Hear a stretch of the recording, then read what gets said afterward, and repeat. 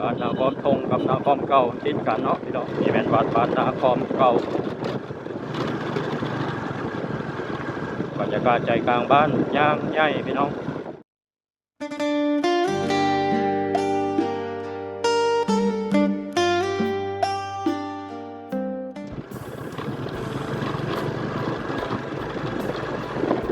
สบายดีพี่น้องวัดสูกูสุวรรณตอนนี้เบาสอนจะมีบ้านนาคอม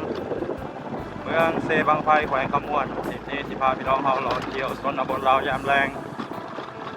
เราเข้าสู่ฤดูฝนแล้วพี่น้องเลยฤดูแรงกับสิมดไปเนาะเราเข้าสู่ฤดูเฮ็ดนาปีเริ่มมีฝนตกเฮ็ดให้น้ำท่วมทางตามถนนบนทางเนาะบางบอนก็กำลังไถนาเนาะบางบอนยังไม่ได้ไถเพื่อพี่น้องบรรยากาศอยู่ที่บ้านนาคอมทงเมืองเซบางไฟใกล้กับบ้านสัง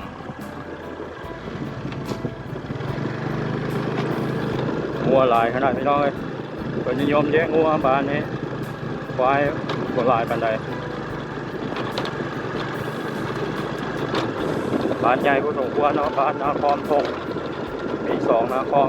มทงกับนาคอมเก่าตอนนี้บรรยากาศควายแรง4 โมงกว่างัวควายก็เริ่มกับพ่อกับแรงบ้านนาคอมทงกับนาคอมเก่าติดกันเนาะพี่น้องนี่เป็นวัดบ้านนาคอมเก่าอยู่2 วัดเนาะ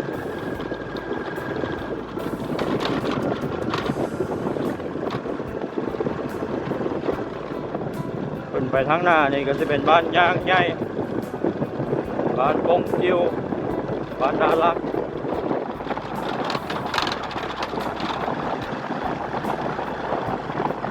วันนี้ฟ้ามืดครึ้มพี่น้องเลยพอแดดพอบานใดอากาศก็ดีในละเมอเดี๋ยวโอ้ยร้อนวันนี้บ่ร้อนพี่น้องเหมาะแก่การไถนา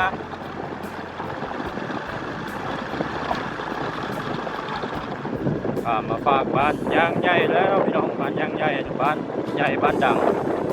ในเมืองเซบางไฟ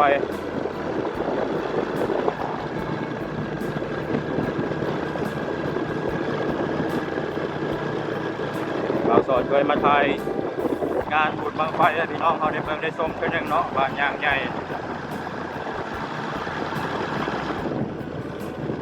พี่น้องเขากำลังไหลงัวไหลควายกับพ่อกับแรงเนาะบรรยากาศยามแรงวิถีชีวิต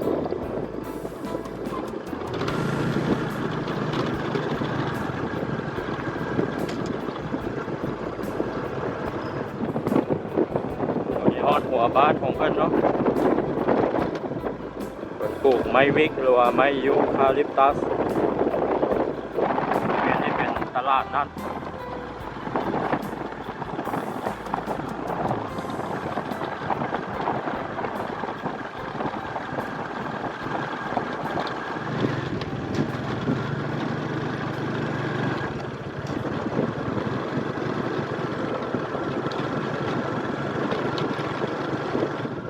ส่วนบทเอามันจะสิปล่อยงัวปล่อยควายแบบนี้แหละพี่น้องเนาะปล่อยมันกินหญ้าตามธรรมชาติตาม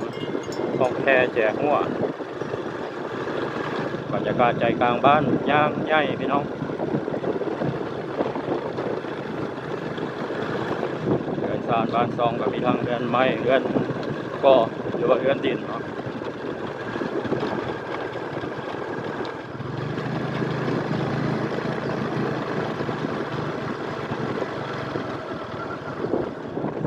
คนเกียรทางใหม่พี่น้องเลยบ้านย่างใหญ่ใส่ทางดีทางงามแล้วบ้านผมมีคุ้มมากระเฮ็ดแล้วไม่ไหม้เนาะ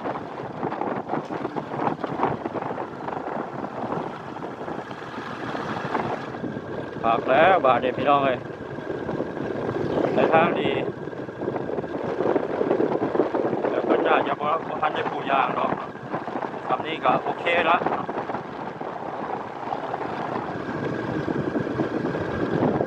แต่ก้อนนี่เป็นคุมเป็นบ่อลายขนาดไหนบางเส้นนี้เดี๋ยวนี้มันปรับให้ไหมเราพี่น้องผมเกตให้ ปากกระดาษแลน ได้ประมาณ6-70บ่แน่ใจว่าเพิ่นเฮ็ดฮอดบ้านใดหรือว่าอาจจะฮอดบ้านคงคิวบ่พี่น้องรอติดตามเบิ่งนำกันเนาะ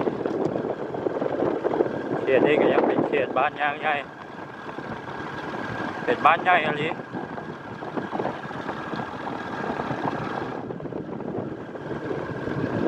โซนนี้จะเป็นโซนเขตที่โซน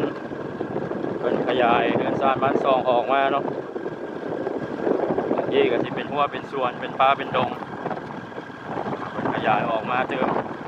จากบ้านเก่า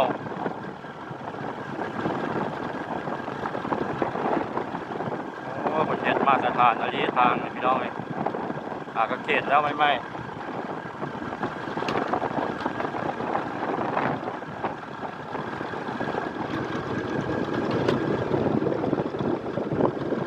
ฝากแล้วพี่น้องไอ้บาทเนี่ย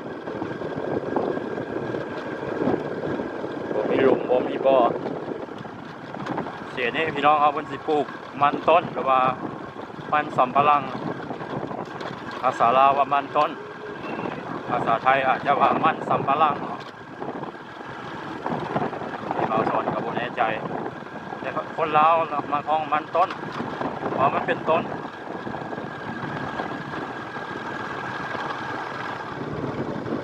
ขอเขตบ้านคงติวแล้วพี่น้องคนน่าจะเฮ็ดฮอดบ้านนารักหรือว่าน่าจำปาขยายทางกว้างกว่าเก่า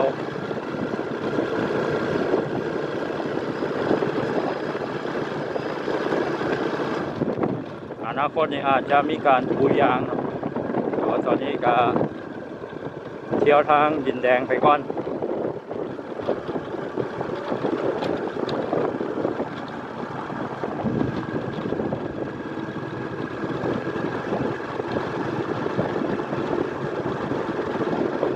แมนบ้านคงคิว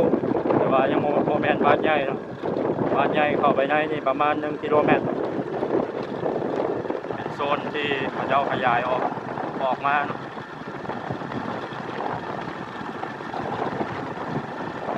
โอ้ฝากอะไรพี่น้องเลย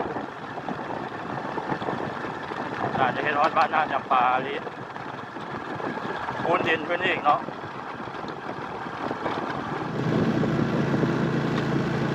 แต่ละปีมอนี้น้ำท่วมเลยอาจจะเลยคูนดินขึ้น